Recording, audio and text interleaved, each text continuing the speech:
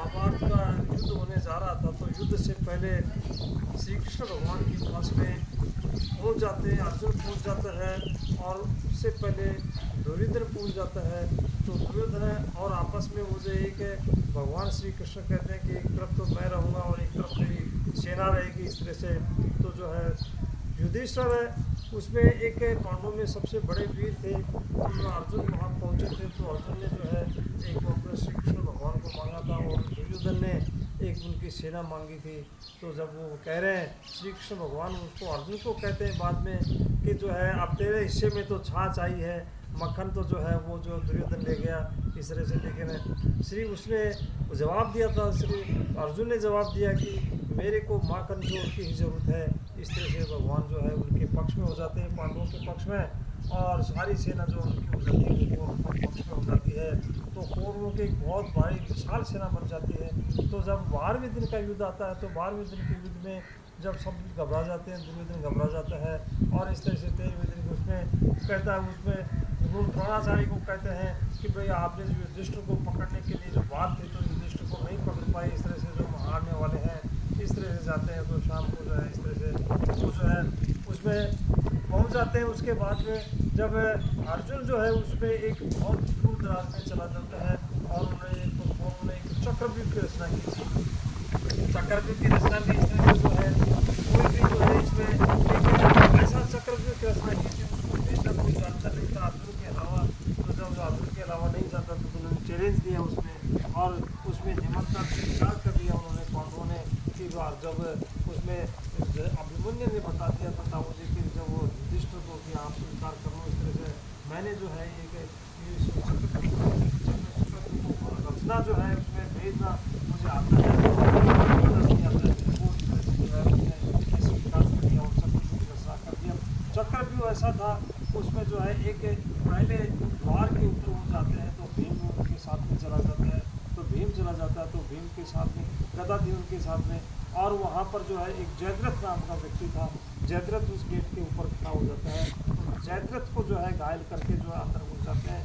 अभिमन्यु अगर आगे घुसने के बाद में द्रोणाचार्य मिलते हैं, द्रोणाचार्य को भी उनके बाण आगे कर्ण मिलता है उनको,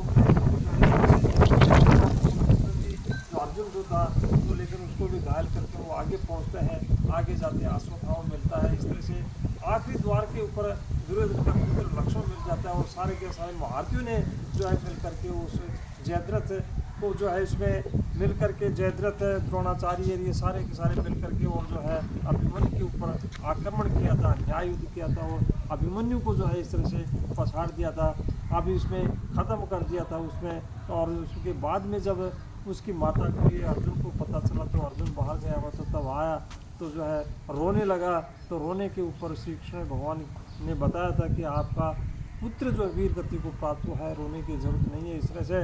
तो जो है अर्जुन ने प्रतिज्ञा कर ली थी कि अर्जुन कि जब तक मैं सूर्यास्त, कल के लिए बताया कि कल जब सूर्यास्त से पहले पहले उस जयद्रथ को मैं ख़त्म करूँगा, अन्यथा तो मैं अग्नि में जल जाऊँगा, इस तरह से।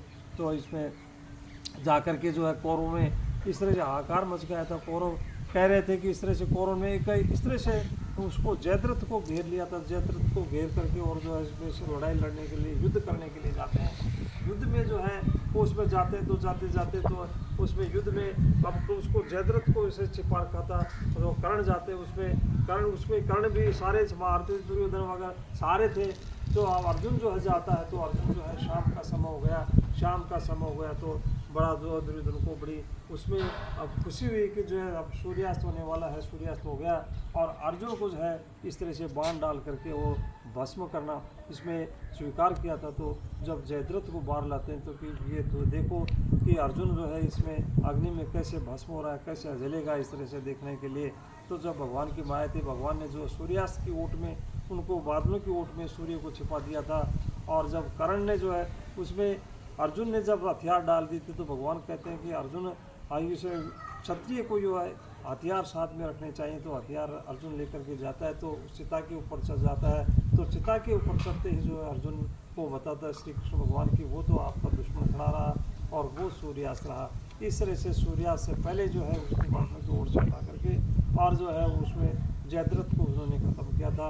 एक जयद्रथ एक ऐसा व्यक्ति था उसका जो सिर काटते ही, जो अर्जुन ने अपने बाण से सिर काटते ही जो है उसका बाण के बहुत दूर जा कर के गिरा था, अपने पिता की गोद में जा कर के गिरा था। उसमें जयद्रथ को एक ऐसा वरदान मिला हुआ था, शंकर भगवान से ले लिया था उसने कि जो है एक अर्जुन के अलावा तेरे को कोई नहीं मार सकता।